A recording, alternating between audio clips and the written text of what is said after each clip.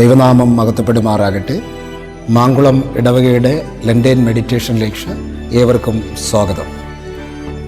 അതിരുകൾക്കതീതമായ വിശ്വാസത്തെ അംഗീകരിക്കുക. അതിരുകൾക്കപ്പുറത്തെ വിശ്വാസത്തെ അംഗീകരിക്കുക എന്ന കൺസെപ്റ്റ് ഈ കാലഘട്ടത്തിൽ ഏറ്റവും ഔന്നിത്യപരമായ ഒരു ചിന്തയാണ്. മതവും വ്യക്തിയും കൂടുതൽ സ്വകാര്യമാകുന്ന ഒരു ലോകത്തിലാണല്ലോ നാം ജീവിക്കുന്നത്. അപരനിലേക്ക് ദൃഷ്ടി പതിപ്പിക്കുവാൻ മറന്നുപോകുന്ന അല്ലെങ്കിൽ ബോധപൂർവം മറവി അഭിനയിക്കുന്ന ഒരു ലോകത്തിൽ ജീവിക്കുമ്പോൾ ഉത്തരാധുനികതയുടെ കടന്നുകയറ്റവും ഒരുപക്ഷെ പാശ്ചാത്യ സംസ്കാരത്തിൻ്റെ പിടിച്ചടക്കൽ മനോഭാവവുമെല്ലാം സൃഷ്ടിക്കുന്ന മതബോധത്തിൽ ചിലതെല്ലാം അപ്രസക്തമായി പോകുന്നുണ്ട് എന്നത് ശ്രദ്ധേയമാണ്. അസമത്വങ്ങളും വേർതിരിവുകളും അടിച്ചമർത്തലുകളും പൊതുവെ ഇല്ല എന്ന് പറയുന്നുണ്ടെങ്കിലും പുതിയ ഉടുപ്പണിഞ്ഞ് ഇന്നും നമ്മുടെ മുൻപിൽ അത് യാഥാർത്ഥ്യമായി നിലനിൽക്കുന്നു എന്നത് സത്യമാണ്. മതവും സംസ്കാരവും അധികാരത്തിൻ്റെ ചെങ്കോലേന്തി ഇത്തരക്കാരെ കീഴ്പ്പെടുത്തുവാൻ ശ്രമിക്കുമ്പോൾ പാർശ്വവൽക്കരിക്കപ്പെട്ടവരുടെ അതിരുകൾക്കപ്പുറത്ത് നിൽക്കുന്നവരുടെ എണ്ണം വർദ്ധിച്ചു വരികയാണ്. ഒരുപക്ഷേ ഇത്തരത്തിൽ ചില ബദലുകൾ സൃഷ്ടിക്കപ്പെടേണ്ടതിൻ്റെ ആവശ്യകത ഇന്നത്തെ പാഠഭാഗങ്ങൾ നമ്മെ ഉദ്ബോധിപ്പിക്കുന്നു. അത്തരത്തിൽ ക്രിസ്തു എന്ന ഒരു സാകല്യം നമ്മുടെ മുൻപിൽ വയ്ക്കുന്ന ചില യാഥാർത്ഥ്യ ബോധങ്ങൾ ശ്രദ്ധേയമായി ചിന്തിക്കേണ്ടതാണ്. സോർ സീദോൻ പ്രദേശത്ത് വെച്ചാണ് യേശു കനാന്യ സ്ത്രീയെ കണ്ടെത്തുന്നത്. ഹോളി ലാൻഡിൽ നിന്നും അൺഹോളി ലാൻഡിലേക്ക് കർത്താവ് പ്രവേശിക്കുമ്പോഴാണ് ഈ സ്ത്രീ എതിർപ്പെടുന്നത്. പ്യൂരിറ്റി ഉള്ളവരെന്ന് അഭിമാനിക്കുന്ന യഹൂദന്മാരും പ്യൂരിറ്റി ഇല്ലാത്തവർ എന്ന് പുറന്തള്ളപ്പെടുന്ന അല്ലെങ്കിൽ മാറ്റി നിർത്തുന്ന കനാന്യരും ജീവിക്കുന്ന ലോകത്തിൽ ഒരുപക്ഷെ അത്തരത്തിലെ ബൗണ്ടറി തീർത്തിരിക്കുമ്പോൾ അവരുടെ അരികിലേക്ക് കർത്താവ് എത്തിച്ചേരുമ്പോഴാണ് ഈ സ്ത്രീ നിലവിളിയോടെ യേശുവിനെ സമീപിക്കുന്നത്.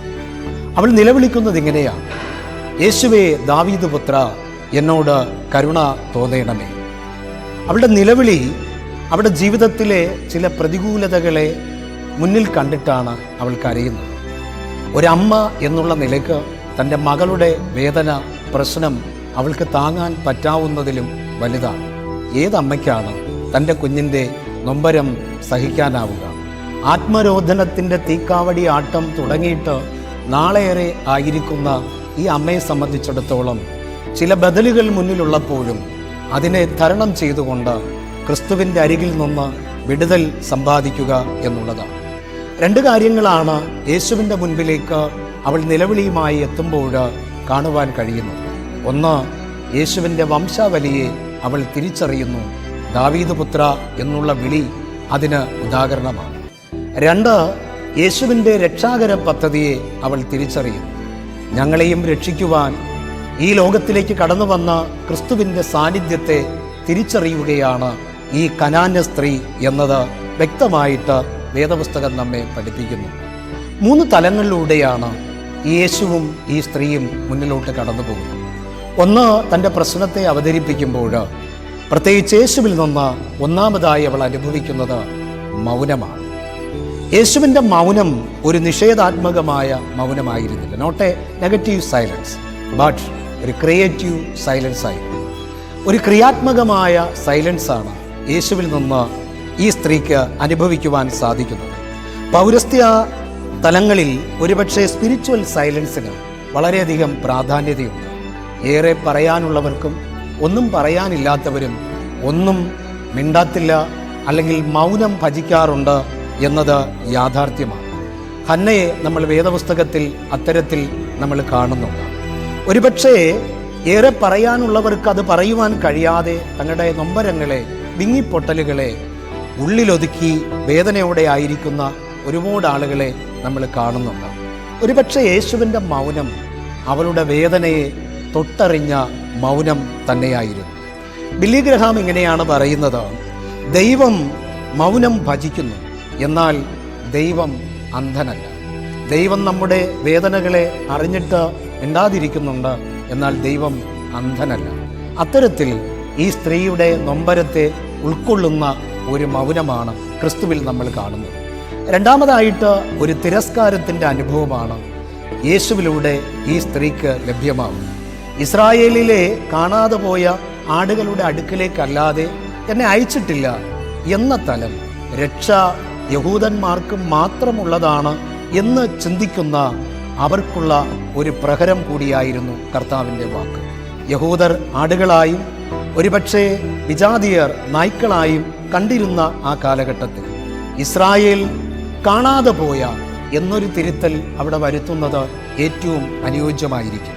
ഇസ്രായേലിൽ കാണാതെ പോയ ആടുകളുടെ എന്നതിൽ നിന്ന് ഇസ്രായേൽ അറിയാതെ കാണാതെ പോയ അവരുടെ അരികിലേക്ക് കർത്താവ് എത്തി എന്ന ഒരു ചിന്തയിലേക്ക് നമ്മൾ പ്രവേശിക്കുന്നത് ഏറ്റവും നന്നായിരിക്കും. ഒരുപക്ഷെ പരിധികളെ ധരണം ചെയ്തുകൊണ്ട്, ഒരുപക്ഷെ മുന്നിലെ ചില പ്രശ്നങ്ങളെ, വൈതരണികളെ ധരണം ചെയ്തുകൊണ്ട് നിഷേധാത്മകമായ മറുപടിയുടെ മുൻപിലും മാറിപ്പോകുവാൻ തയ്യാറാകാതെ യേശുവിനെ പിന്തുടരുന്ന ഈ സ്ത്രീ കഥാപാത്രം നമ്മയും വെല്ലുവിളിക്കുകയാണ്. അവൾ വീണ്ടും യേശുവിനോട് ആവർത്തിച്ച് സഹായിക്കണമേ എന്ന ഒരു വാക്ക് അവൾ ഉപയോഗിക്കുകയാണ്. വീണ്ടും മൂന്നാമതായി ക്രിസ്തുവിൽ നിന്ന് നിഷേധാത്മകമായ ഒരു മറുപടിയാണ് എത്തിച്ചേരുന്നത്. മക്കളുടെ അപ്പമെടുത്ത് നായ്ക്കുട്ടികൾക്ക് ഇട്ടുകൊടുക്കുന്നത് നന്നല്ല എന്നുള്ളതാണ്. അപ്പം അവൾ ചോദിക്കാതെ തന്നെ അപ്പമെന്നുള്ള പ്രോസ് കർത്താവ് ഉപയോഗിക്കുന്നു. അവൾ കടന്നു വരുന്ന സാമൂഹിക പശ്ചാത്തലത്തെയും ഒരുപക്ഷെ ദാരിദ്ര്യത്തെയുമെല്ലാം ഈ അപ്പമെന്നുള്ള കർത്താവിൻ്റെ വാക്കിലൂടെ ശ്രദ്ധേയമായി ഒന്ന് ചിന്തിക്കേണ്ടത് അത്യന്താപേക്ഷിതമാണ്. യഹൂദരെ പൊതുവെ ആടുകളായും വിജാതീയരെ നായ്ക്കളായും കണ്ടിരുന്ന ഒരു കാലഘട്ടത്തിൽ ഒരുപക്ഷെ കുനാരിയോയ്സിസ് എന്നുള്ള ഒരു പദമാണ് ഗ്രീക്കിൽ കർത്താവ് ഉപയോഗിച്ചിരിക്കുന്നത്. വളർത്തുനായ എന്നൊരു മൃദു സമീപനത്തോടെ കർത്താവ് സമീപിക്കുന്നു. എന്നാൽ യേശുവിൻ്റെ ഈ വാക്കുകളുടെ മുൻപിൽ അവൾക്ക് പ്രത്യുത്തരം പറയുവാനുണ്ട്. അവൾ പറയുന്നുണ്ട്, അപ്പം എന്നത് മക്കൾക്കുള്ളതാണ്, ശരിയാണ്, ഞങ്ങളത് അംഗീകരിക്കുന്നുണ്ട്. പക്ഷേ മേശയിൽ നിന്ന് വീഴുന്ന അപ്പനുറുക്കുകളുണ്ടല്ലോ, അത് ഞങ്ങൾക്ക് ഒന്ന് തന്നുകൂടെ. അപ്പം എന്നത് മരുഭൂമിയുടെ യാത്രയിൽ പിശാച് പരീക്ഷിക്കുമ്പോൾ കർത്താവ് പറയുന്നു, മനുഷ്യൻ ആഹാരം കൊണ്ട് മാത്രമല്ല ദൈവത്തിൻ്റെ വായിൽ നിന്ന് വരുന്ന വചനം കൊണ്ടുകൂടെ ജീവിക്കുന്നു. വചനമെന്നത് അപ്പമാണെങ്കിൽ നമ്മൾ പലപ്പോഴും മക്കളെന്ന് അഭിമാനിച്ച് ഈ വചനത്തെ കേട്ടിട്ട് നമ്മളത് കളയുമ്പോൾ ആ കളയുന്ന വചനത്തെ സ്വീകരിക്കുവാൻ വെമ്പലോടെ കാതോർത്തിരിക്കുന്ന, വെമ്പലോടെ ആഗ്രഹിച്ചിരിക്കുന്ന, ഒരുപക്ഷെ അതിരുകൾക്കപ്പുറത്ത് നിന്ന് ഇത്തരത്തിൽ അനുഭവത്തിലേക്ക് പ്രതീക്ഷയോടെ കടന്നു വരുന്ന ഈ സ്ത്രീ നമ്മെ വെല്ലുവിളിക്കുകയാണ് എന്നത് യാഥാർത്ഥ്യമാണ്. രക്ഷ ഇസ്രായേലിന് പുറത്തേക്കൊഴുകുന്ന ഒരു യുഗപ്പിറവിയെയാണ് നമ്മൾ ഇവിടെ കാണുന്നത്. ഒരു വിശ്വാസി എന്ന പേര് ഉണ്ടെങ്കിലും പലപ്പോഴും വിശ്വസിക്കാൻ കൂട്ടാക്കാത്ത നമ്മുടെ മുൻപിൽ ഒരു തീപ്പന്തമായി ഈ കനാന സ്ത്രീ മാറുകയാണ്. സ്ത്രീയെ, നിന്റെ വിശ്വാസം വലിയത്, നിന്റെ ഇഷ്ടം പോലെ നിനക്ക് ഭവിക്കട്ടെ. നമ്മുടെ ഇഷ്ടങ്ങളിൽ നാം മാത്രം ചേക്കേറുന്നു. പ്രിയമുള്ളവരെ, ഈ സ്ത്രീയുടെ ഇഷ്ടത്തിൽ തൻ്റെ പ്രിയപ്പെട്ട മകൻ, വേദന അനുഭവിക്കുന്ന മകൻ, അവളുടെ സൗഖ്യം മുന്നിൽ കാണുമ്പോൾ യേശു അവളുടെ വിശ്വാസത്തിലൂടെ സൗഖ്യം തൻ്റെ മകൾക്ക് നൽകുന്നുവെങ്കിൽ ഇന്ന് അതിരുകൾക്കപ്പുറത്ത് വിശ്വാസകോണിലേക്ക് എത്തുന്ന ഈ സ്ത്രീയുടെ വിശ്വാസം പോലെ ഞങ്ങളുടെ വിശ്വാസങ്ങളും വളരേണ്ടതല്ലേ? സഭ ഇന്ന് ഒരു പുനർചിന്തനം ചെയ്തുകൊണ്ട് അത്തരത്തിൽ മുന്നേറുവാൻ ദൈവം നമ്മേവരെയും സഹായിക്കുമാറാകട്ടെ. ആമേൻ. പ്രാർത്ഥിക്കാം. കരുണയുള്ള കർത്താവേ, ഈ ചിന്ത ഞങ്ങളുടെ ജീവിതത്തിൽ ഏറ്റവും അനുഗ്രഹപ്രദമായി തീരുവാൻ അങ്ങ് സഹായിച്ചാട്ടെ. യേശുവിൻ നാമത്തിൽ പ്രാർത്ഥന കേൾക്കണമേ. ആമേൻ.